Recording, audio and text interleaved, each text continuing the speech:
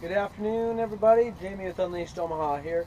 Uh, Wanted to give you guys a little bit of an idea on how to start the next level of training. So, in the beginning, we talk about charging the mark and just going out and playing, charging the mark, going out, take it to new environments, charge the mark for yes and food.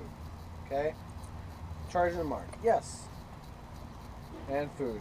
Okay, getting our dogs in the working mindset where we're going to train. In the beginning, this is in low distraction, if not no distraction environments, okay? We practice inside our house, we practice inside our yard with a fence with not a whole lot of distractions, things like that. So this is, Nico, lay down. This is the next part of the training, okay? As you can see, I have a lot of stuff around right now.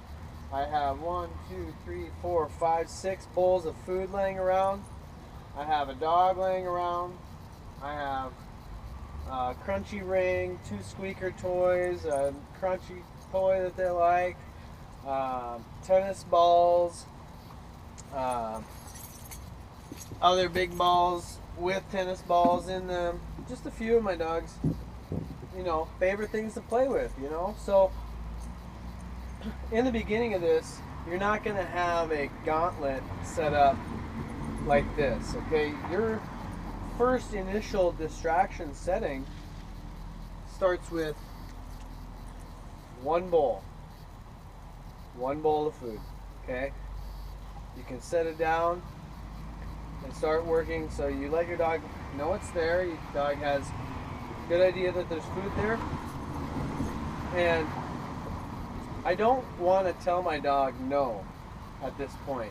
I just want my dog to understand that he's not going to get to that food, but if he pays attention to me, he is going to get a lot of food, okay?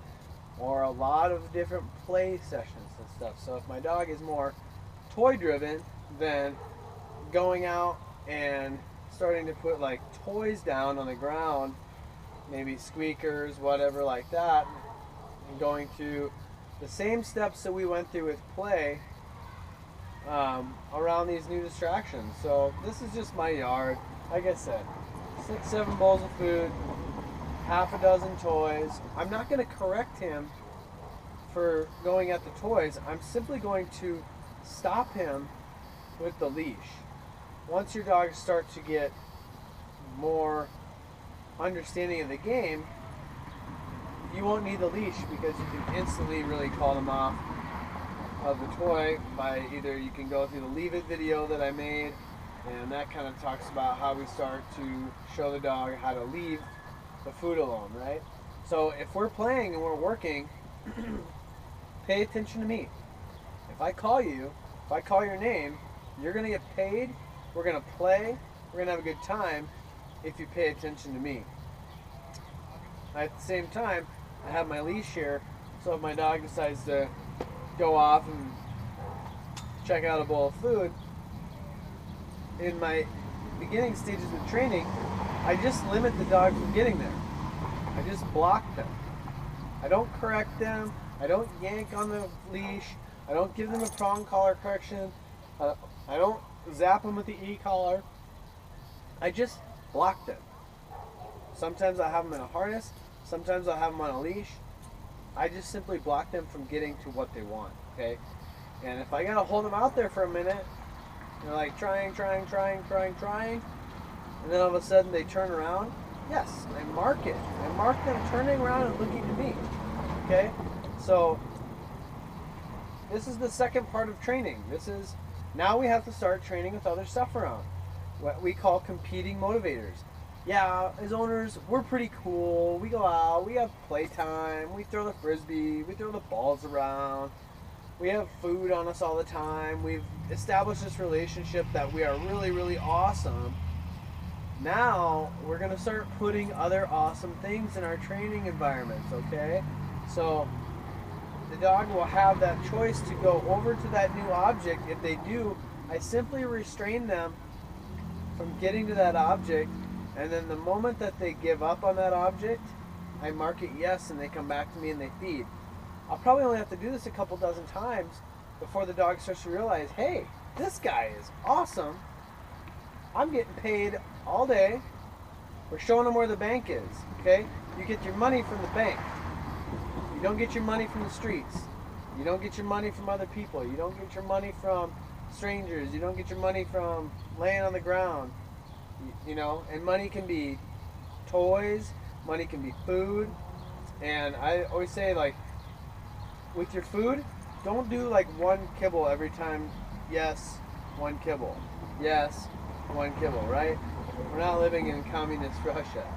You want to keep your dog guessing on the quantity and the quality. So sometimes I might go out and we're just going to work for dry dog food. Other times I'll have my bait pouch. I'll have dry dog food. If my dog loves cheese or loses their mind over cheese, I'll throw some cheese in there, because then it's like dog food, dog food, dog food, cheese, and they're like, oh my God, you have cheese in that pouch of yours? Well, now I'm really going to pay attention to you. And yeah, we subsidize the rewards with dog food, but that dog starts building this anticipation that they know that the cheese is in there too. So that level of work stays nice and high in the dog. And we have a nice, really nice working picture of the dog. That was a really bad catch. Coda. Yes. Okay. Nope. Good boy. So Coda's awful at catching stuff. Nico's a pro. She loves it. So, without further ado, like I said, when you start this training, go out, no training, no sits, no downs, no anything. Teach your dog to pay attention to you around the distraction. Get your dog's attention, because that's the first thing you need. Once you have the attention around one bowl, start bringing in 2 bowls, 4 bowls, 10 bowls. Once your dog is solid around that, start putting higher value stuff in your bowls. So maybe the dog food is like, oh, okay. Well, take last night's leftovers from the Mexican joint that's like sour cream and cheese and meat and like all the stuff, you know, like trash and stuff that dogs really freaking like, right? And just really get them in that enticing mode of, now it probably might start raining here in a second, but if you want your dog solid, you got to train in the rain too. Buddy, you ready, buddy? Ready? Ready? Yes. Always prompt my dog with ready. Good boy. We start the game. We're following us around. Yes. Yes. Yes. Son. Yes. Yes. Simply paying him for paying attention. Yes. Now, if my dog were to go over to the food, okay. What's this, buddy? What's this? If he goes over to this food over here, all I do is I simply restrain him from getting to it, and then when he stops and looks at me, yes, I mark him again, and I feed him. I pay him the money, yes. Coda hates the rain, yes.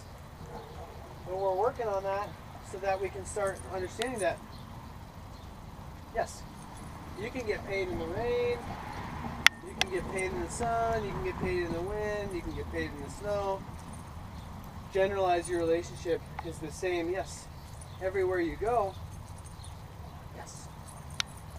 And I'll make these into like little mini events where I'm telling him, good job, buddy. If he starts sniffing the ground, I don't care. I want him to realize, yes, you're going to start seeing higher and higher levels of attention, because your dog is now like, well, why would I go over here and search for food? This guy's got it right on him all the time. Searching around, searching for food. He just doesn't get any markers, right? But in the beginning, I have a high rate of reinforcement. Yes. He stops. Yes. Yes. Yes. He stops sniffing the ground, and then I pay him like 10 times in a row. Yes. He's like, well, why the hell would I look for food on the ground? This guy's got pockets full of it. Yes. Now this is what you call engagement. This dog is waiting for me, and is waiting for me to pay him. Yes. Even though we've got bowl of food, bowl of food, bowl of food, bowl of food, bowl of food, bowl of food, toy, toy, toy, toy, toy. I can even take food spread it out on the ground, right? Yes. You can spread it out. If the dog goes for sniffing the food, wait for him to come out of it. Yes. And then you start feeding him and build that relationship. Show him where the bank is at. Show him where the money comes from. Okay? And once you have that, then you start with positions. Sit. Yes. Mark sits. I'm out of food. I already used all my food up. So I'll feed him a couple times.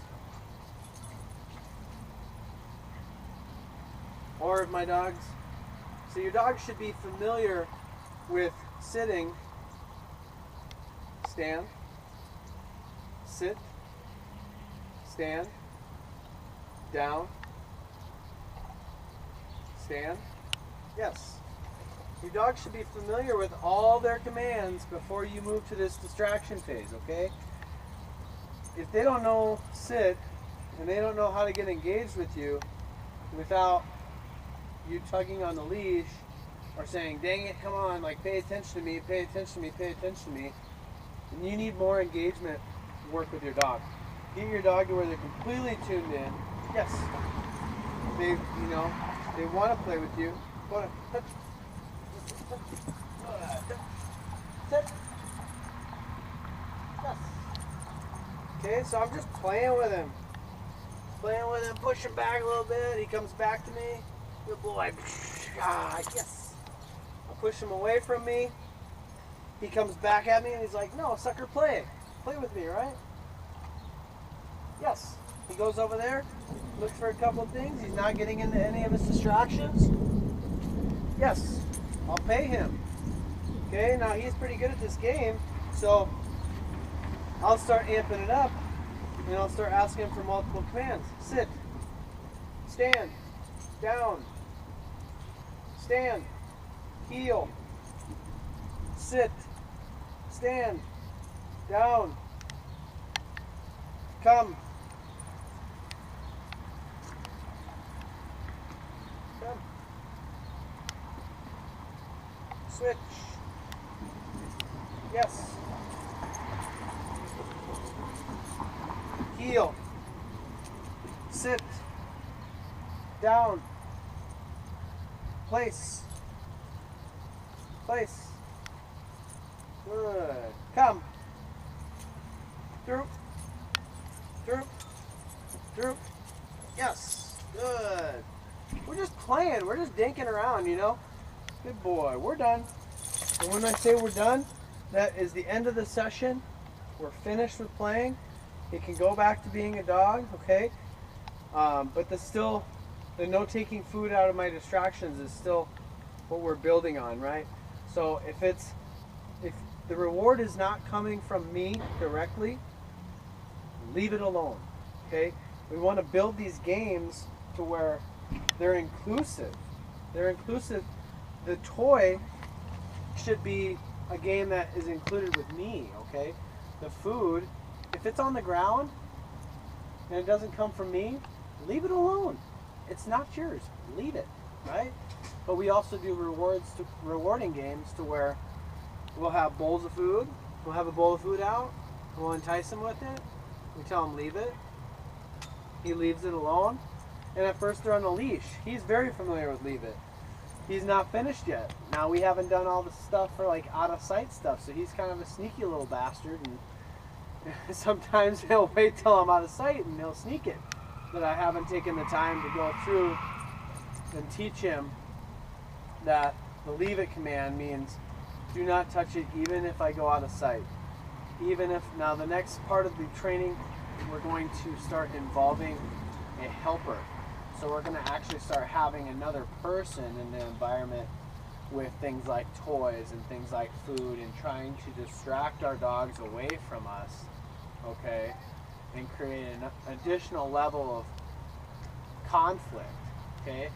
I don't give a crap if President of the United States or the Queen of England or whoever comes in and tries to play with my dog. If I call you, you drop everything you're doing and you get your butt over here and I'll pay you. Right? That's a built exercise, okay? The dog's not just going to know not to go up to the person who has their crack squeaker toy, who's offering to play with them. He's not going to know to not go up to that person right away. We have to teach that. And then when you have your dog working in environments like this, you bring in a helper, you work in environments with the helper to where the helper tries to distract them at a distance at first. Sit. Nope, sit. Good.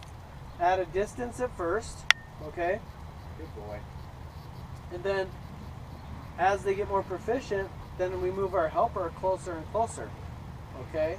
And we want it to where we can work at that distance, we can still engage with our dogs, they're still looking to us, they're still looking to us to be paid, to be played with, and then we up our ante. We make it more and more difficult. I mean, I've seen people that'll even test their dogs around leaf blowers and lawn mowers and vacuum cleaners. I think I'm actually going to do a video around the vacuum cleaner, how to kind of desensitize that, because 90% of dogs, when you turn that thing on, they either bark at it, or they're hating it, or they run away from it, or they're fearful of it.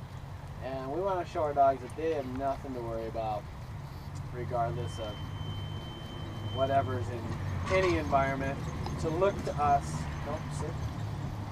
To look to us for everything. We are their leader. We are the person that they need to look for. And once you have that relationship, they'll do anything for you. So, if you guys have any questions, you can always email me at Jamie, Jaime. No, sit. Okay, Dakota hates the rain. I told you before. So this is rain day. Probably a good day to go out and train. You can email me at Jamie, Jaime, at unleashedomaha.com. You can private message me on the Unleashed Omaha application on Facebook, or you can dial me direct at 402-965-1114, and I can answer any questions you may have. We can schedule a session, or if you have a video or something that you're struggling with that you'd like to see me produce a video for, let me know. Just shoot me over an email, and I'll do my best to get to those. I'm really looking forward to just building a monstrous library this summer to help you guys out with any and all your dog needs. So, you guys have a great rainy day, and we'll see you soon, okay? Bye-bye.